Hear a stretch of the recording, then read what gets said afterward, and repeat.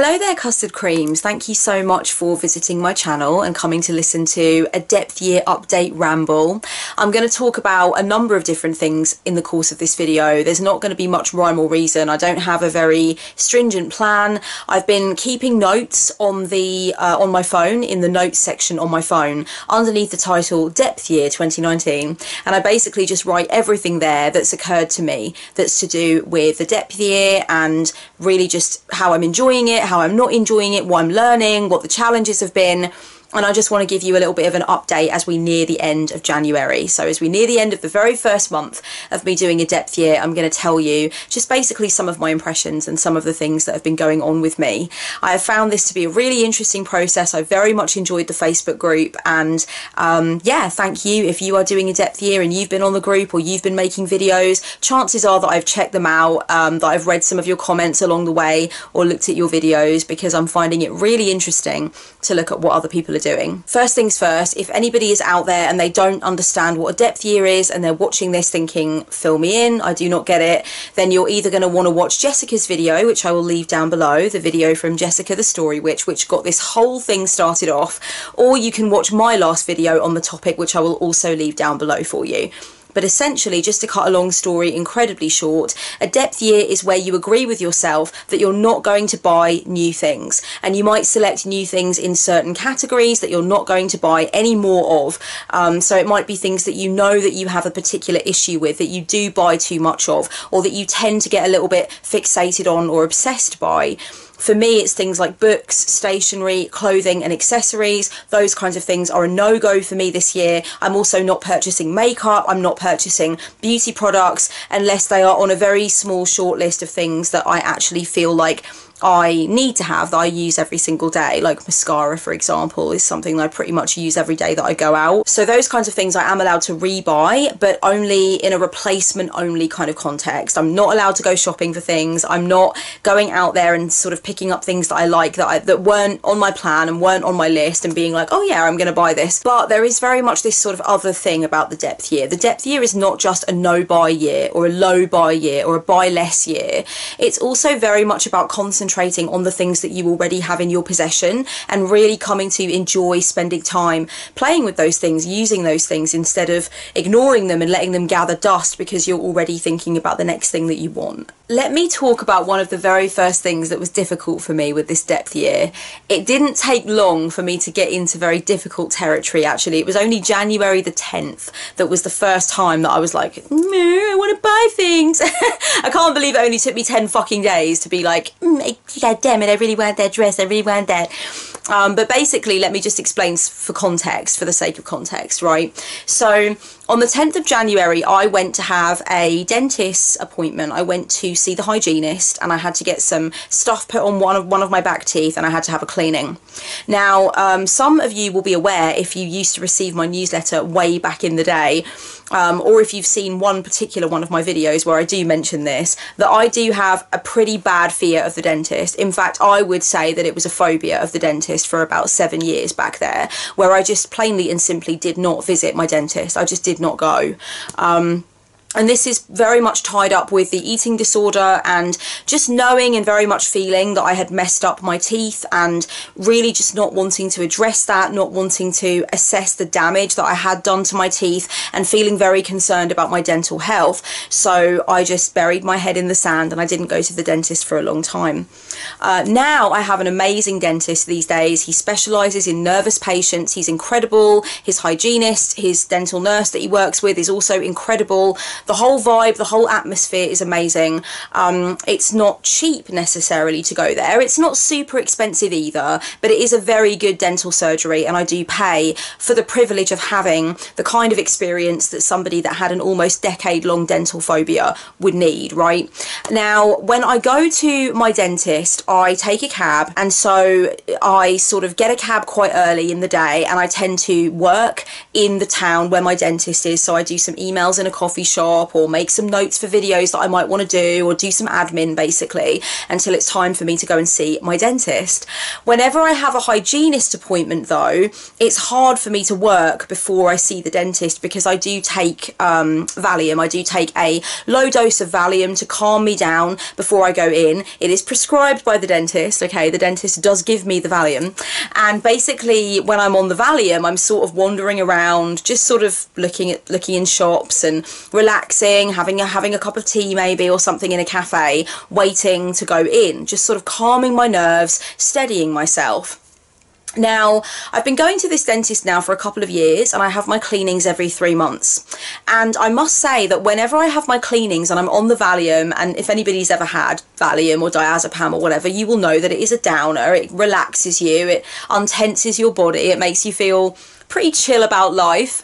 That's the whole point of taking it before you do something that you're afraid of, so you can just, you know, be chill about it. Normally what I do when I'm a little bit dosed up in this way and I'm waiting to go into my dental practice is I go round the charity shops and the second-hand stores. There's tons of them in the town where my dentist is based, absolutely loads of them, and they are filled with the most amazing stuff, guys, literally, especially the accessories.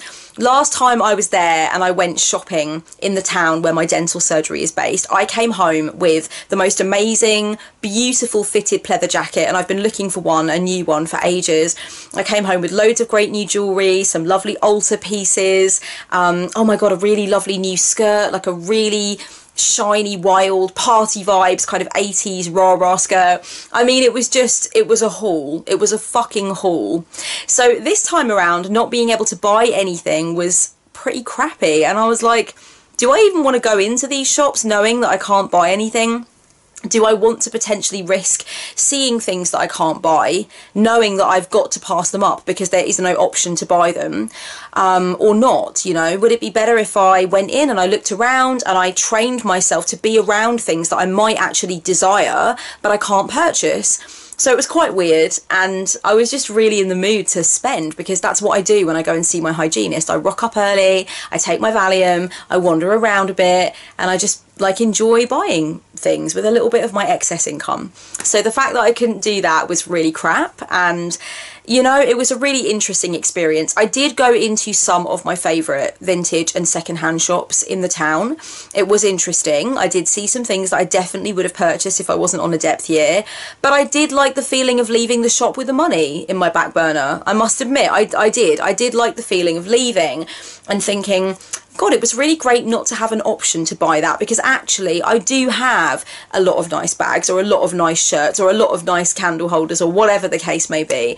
So I'm glad that I didn't have the option to buy, and I really like that feeling. I do like that feeling. So the conflicted feeling of seeing something that I'm like, oh, that is really cool though, and I don't have anything like that in my collection, is actually really offset massively, or let's say it's balanced out massively by the lovely feeling of leaving and being like, oh, I've still got that £3 or that £4 or that £7.50 or whatever. So that was a really interesting experience. It's just something that I would normally do. I normally give myself permission to shop when I go to the hygienist. It calms me, it soothes me, it makes the journey to the town exciting rather than scary, because if you're really scared of the dentist and you're getting a cab to the town where your dentist is, it can be like really like, ugh. But because I go shopping and I do like the second-hand shops thing, it makes it different for me usually. It's like, oh, well, I might find something in the shops that I really like. But yeah, I definitely enjoyed leaving, having all my money. That was a good thing. Another thing that I noticed, which was about a week later, was that there's a particular charity shop in the town where I live, and I really like to pop in there. I usually pop in there once every couple of weeks. What I'm normally looking for in there is band t-shirts. Everything in there is £1. And sometimes you can just find a band t-shirt in there, and finding a band t-shirt of a band that you like for £1 is like, that's like crack to me, guys. That is like crack, okay? I found my fucking Fleetwood Mac t-shirt in that shop for £1, and it was just like I had done all the drugs at once and I was on cloud 9, and it was amazing. And Jimi Hendrix was playing Voodoo Child live, and it was just like, oh, it couldn't have been any better. I was like, what? Fleetwood Mac t-shirt, £1? Yes, please. Thank you very much, Cosmos. I am now officially high. So it's normally a good time in there. And basically I was wondering why I wanted to go in there so much, because I was walking past on my way back from the bank, And I was like, oh, I really want to go in there, but what is the point? What is the point in going in there when I'm on a depth year? You know, it's just so risky. Everything in there is a quid. I don't need anything. I've got so many clothes. I'm so happy with all my band tees. I literally just bought 2 new band tees in Glastonbury. For anybody who's wondering, it was the Police and Corn, and they're both amazing. But yeah, so I wondered, why do I want to go in there? And it was really interesting because instead of normally doing what I normally do and just going in there and looking around and having at it, I walked past the shop and I thought, why did I want to go in there so badly? It's not like I haven't walked past that shop since the 1st of January. I walk past there every other day. Why today did I want to go in there so badly and start browsing? And I realised that the reason I wanted to go in there and start browsing was because I had something at home that I needed to do that I really didn't want to do. I had like this really annoying, boring administrational task that had to be done, and that was the next thing on my list. And I thought to myself, that's what I'm trying to do. I'm trying to avoid home because I'm trying to avoid a particular piece of work that I can't be bothered to do, that I know is just going to be really arduous and annoying and tedious. And that really just, it just clicked in my head. I was like, oh, okay, I want to go shopping instead of moving on to my next responsibility. And I'm wondering if anyone else who's been doing a depth year has been feeling something similar. The idea that you want to go and shop or just look around at things that you might potentially buy because there's something at home that you're avoiding, or there's something elsewhere in your life that you're avoiding. And if you can just put it off for another 20 minutes, half an hour, 45 minutes, an hour, it's just that little bit of mother's milk, you know? And I'm so glad that I just walked past that shop and I went home. I did the annoying administrational thing that I had to do. But it was an interesting discovery that I would not have made if it wasn't for the depth year. And it really made me think about how shopping is not self-care. And I often say that sometimes tough love is self-love. Self-love is not always about lavender-scented bubble baths and getting yourself everything you want in life and everything feeling hunky-dory and buying yourself lovely self-help books or whatever. Sometimes tough love is the most self-loving course of action. And I've known that, I've practiced that, I've taught that to my clients, and I've spoken about that with my audience. So for me, it was just very enlightening and cool to come to this point where I was like, you know what, I wanted to give myself this fuzzy little feeling of going into a shop and just killing some time, looking at some stuff, maybe feeling the excitement and the thrill of finding something cool like a band t-shirt or whatever. But actually that wasn't the most self-loving thing to do. The self-loving thing that I needed to do, and that I actually did do, was I took my little ass home and I did what I had to do administration wise. I did the hard stuff. I ate the shit sandwich, I bit the bullet, I kissed the frog. Interestingly enough though, it hasn't actually been clothing that I've been most tempted to buy, to be honest. I know those first 2 stories were pretty much totally about wanting to buy clothes, or wanting to browse clothes anyway, but the main things that I've found that I really want to buy are tea. I really want to buy tea. I'm not letting myself buy any because I've got a plethora of different teas, and there's so many like fucking tea bags in my kitchen, you know, in different boxes all lined up. I've got a box full of tea, and then I've got my teas that I rotate, like my Earl Grey and my herbal stuff. So I don't need tea. So I'm not letting myself buy any tea. But interestingly, it's been tea that I've wanted to buy. Magazines, I've really wanted to buy magazines. Again, I'm not letting myself buy any magazines because they're like books. I've got a plethora of them. And I didn't even read the last issue of Vogue that I purchased. So I still have to read December's issue of Vogue. So no, I'm not going to be fucking purchasing magazines. And also little things for my altar. Just trinkets and stuff that I've seen. I've definitely wanted to make some purchases there. I had to go into, now what is the name of that bloody shop? It used to be called Tiger, but now I feel like it's called Tiger Factory or something like that. But anyway, I had to pop into a shop the other day where I get my pink candles from. They're just really good pink candles. And I keep pink candles on the left side of my altar, and they are what I associate with my devotionals for the Blessed Virgin. I went in there, I bought 4 pink candles. I bought those 4 pink candles and I fucked off out of that shop. And I was very proud of myself because there's loads of gorgeous stuff in that shop. Like loads of amazing stationery, novelty glasses. I love me a pair of novelty glasses. just all kinds of stuff that I liked. And I looked around and I was just like, I was just secure in this feeling that I was on a depth year, guys. I was secure in this feeling that I wasn't going to buy anything except what I actually came in to purchase. I've done quite a bit of reading this month, which is really exciting. I'm really enjoying reading. I have had problems with reading on and off. I know I've mentioned that on the channel before for the last few years for various different reasons. I used to be an extremely voracious reader, like super voracious. And over the last few years, between I would say the last 5 and 7 years, I've read a lot less titles. I'm a lot less consistent with my reading. Reading makes me very happy when I can do it. But for various reasons, it doesn't work as well as it normally, as it did previously in my life, right? So I've really been enjoying reading. I've been getting through my book stack. It's been good. I've even been thinking about talking about books on the channel, which I normally don't because I don't like the responsibility of recommending books to people. And I like to have read quite a few books before I do any kind of, like, I don't want to review just one book. That's not for me. I want to sit there and talk about generally the things that I'm reading. And that means I have to have read quite a few titles. And by the time I've read quite a few, I'm on to thinking about the next few. So that's why there aren't any sort of like bookworm type videos on my channel, even though there probably ought to be. But for anyone who's gagging for a recommendation, fucking read this book. Oh my good goddess, A Culture by Carl Abramson, The Unseen Forces That Drive Culture Forward. I finished it and I started it again. It is, it's gorgeous. Anyway, yeah, so I've been reading more and I've been realising that because I haven't added any books to my book stack and because I know that I'm not going to, I'm not buying books. That's a big rule for me with my depth year. I'm not purchasing books. Because of that, I feel less overwhelmed by choice. And one thing that I've realised about one of the reasons anyway why I wasn't reading as much is because I just couldn't decide what the fuck to read. And I would start reading one thing, but then I would go out and I would do a book haul or I'd go online and I'd buy some books and then I'd feel like, well, this is here, I could dip into this, I could dip into that. And then I was dipping into too many different things and then I would let a couple of the books fall by the wayside and I wouldn't finish them, and then I'd have to decide whether or not I wanted to pick them up again or did I want to go on to this new thing that I just purchased.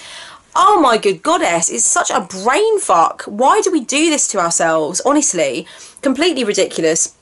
So now that I'm not purchasing books, now that I'm not looking at books to buy, now that I'm not thinking about books to buy because I'm just straight up not buying any, I felt like this really weird, the only way that I can describe it is it's like I clicked into this comfortability with reading suddenly.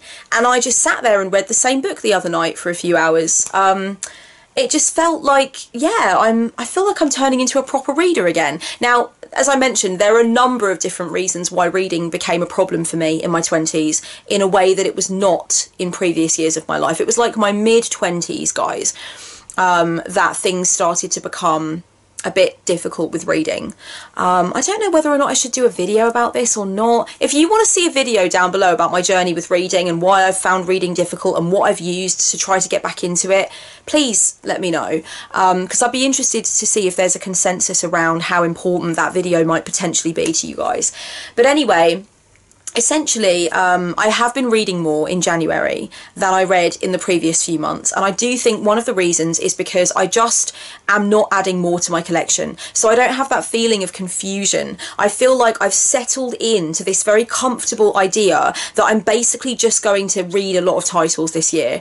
And some of them are going to be titles that I purchased in 2015, 2016, 2017, but I never made it to them because I did another bookshop. I bought some more things online. I went into a bookshop and I bought some more stuff. So some of the things that I purchased many moons ago are still not read. So now that I'm not buying anything, it's just this comfortable click. It's like a jigsaw piece has been put with another one and I'm like, oh, there we go. Now I feel like I can just relax into the books that I have. It's almost like a releasing of some tension that I was really having when it came to reading, and I just didn't know why that tension was there. And now that I'm on a no book rule for the year, I realised that part of the reason that the tension was there was because I just did not know what to read. I had so much choice. I had these things that I desired to read that I bought a couple of months ago, but I'd literally just also bought a couple more books or a couple more books. Like, I did used to buy books every 3 or 4 months, basically. So I have this great big to be read pile and all these things that I'm not reading, and it did create tension, it did create apprehension, it did create a sense of overwhelm and a sense of having too many choices. It was a real kind of 7 of Cups feeling, and I don't have that now. Now what I have is a great big stack of unread books that I know that I want to read, that I'm still very excited about, that I know that I bought for the right reasons, but I'm not adding to them in this way that is creating anxiety. You know what I mean? So that's been amazing. It's been amazing to see myself just stop consuming and start immediately falling into enjoying what I have. I'm so happy about that. The only time really that I've wanted to buy a book is when I was recommended a book by a client. Very often clients say to me, have you ever read this book I'm reading right now? It's really amazing and this is why, and they go into it. And there was a certain situation in January where somebody recommended a book to me about goddess spirituality, and I started to write it down on my notes to purchase it after the session. And something like came in my head and I was like, oh no, you don't buy books. You're not buying books this year. So that was quite weird, because normally I would go with a recommendation from a client if they'd worked with me a lot, which this client has. They're a very regular client with me. And normally clients know what I like. They're not going to be recommending something to me if they don't think I'm going to really love it and enjoy it. So that was really interesting to start writing down a book that I was going to buy and then just being like, oh, I'm not allowed to buy books. Never mind. And you know, one thing that I would recommend if somebody is definitely sort of selling you on a book that they're reading and they're telling you like, oh, you should get this book, you should definitely read this book. First of all, if you know them and you're in the same country as them, or it's going to be easy for you to do, obviously just ask them if you can borrow it after they're done. You know, simple. The other thing that you can do is ask them, what have you learned from the book? What has been great about it for you so far? And therefore, you don't really have to read the book at all. You can just get that little bit of information from them about what they have found to be interesting. And that causes them to flex their intellectual muscle as well, because they then need to tell you why they found the book so engaging. And that's really good for them as the reader of the book, you know, that they can really think about why that book has really sort of made them feel so positive or get so interested in something.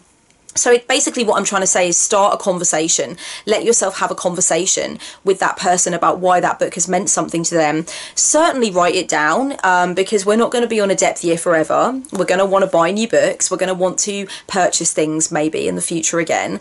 So definitely write it down, but give yourself an opportunity to give the other person, the reader of the book, the chance to explain why they enjoyed it. And you know what? Maybe that book that you've been recommended, that you really feel in that moment that you want to buy, was never a book that you were thinking of purchasing before. It wasn't a book that you'd heard of. It wasn't a subject that you particularly felt like you really wanted to go in depth with. But because it was recommended to you and you're on this consumerism kind of trip, you end up buying it.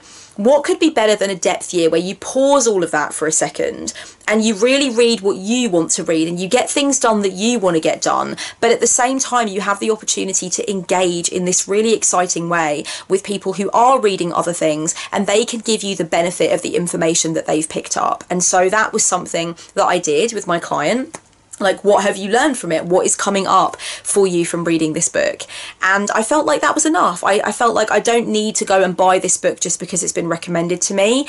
And there are definitely books that I've purchased because they've been recommended to me that I still have not read. So the depth year is teaching me a lot. The depth year is teaching me so much. Another really good thing that the depth year has been doing that I've been noticing is it's making me really look at other people's style for inspiration and just really noticing what they've got on and what they're doing.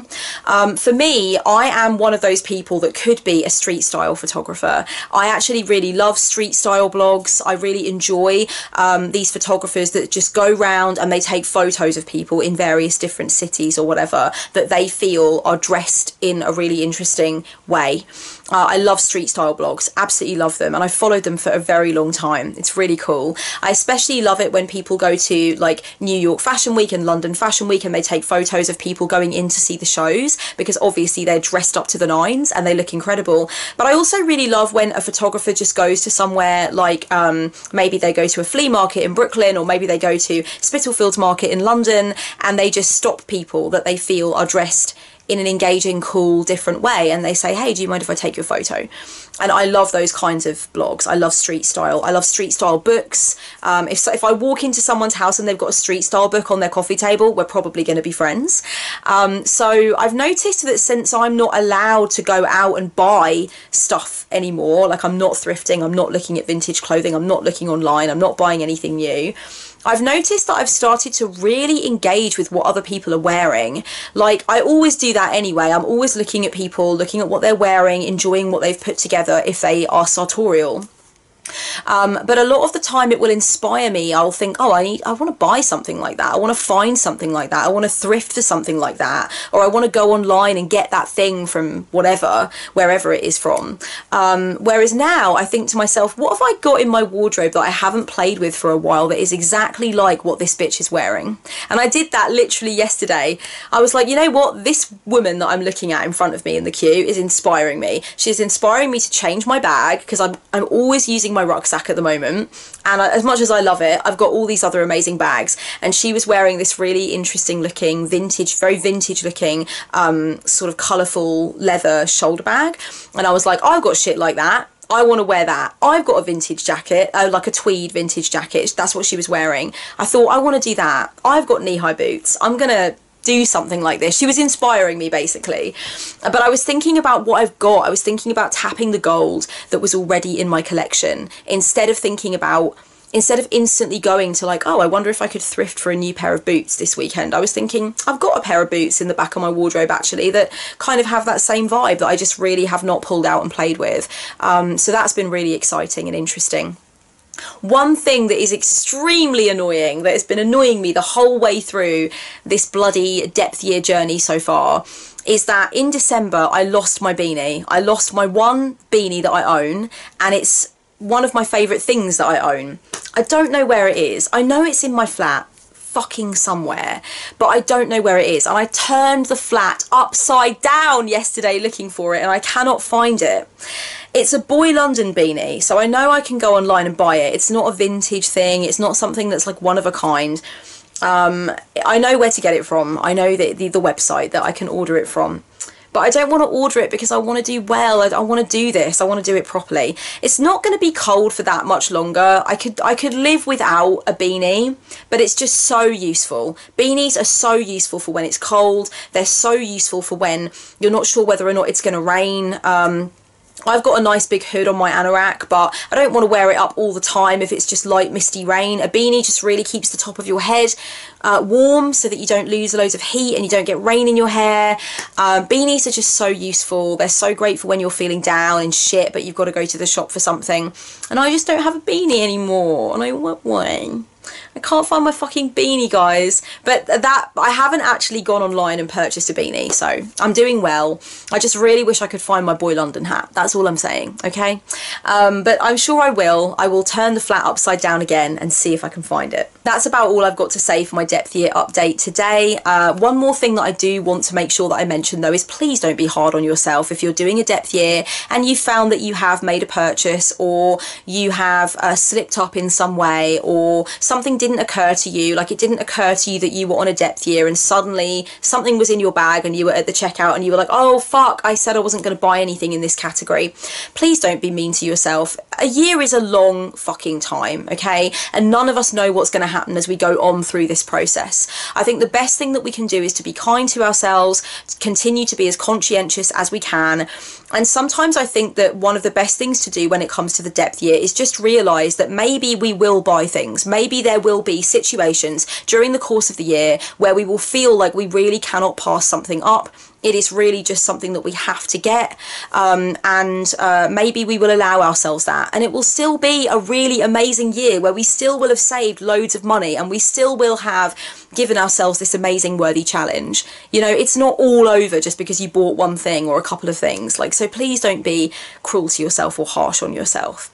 I will continue to do these updates. I'm really enjoying myself with it. Please do visit my online store if you would like a reading or a session with me, guys. I'm finding that I'm getting a lot of new clients coming in at the moment. I'm getting like an influx of new people. It's really lovely to meet you guys who've watched my videos for so long and are finally allowing me to sling cards for you, or you're having a session with me. It's great. It's lovely to meet my audience, and it's lovely to feel like I can do something for you that can help you. So the shop is open. My products and services are always available to you. There are a plethora of different options. I'll leave a little selection down below if you have been thinking of working with me for a while but you're just not quite sure what you might want to pick up. So much love. Until next time, baby cakes. Mwah! Happy depth year and blessed be.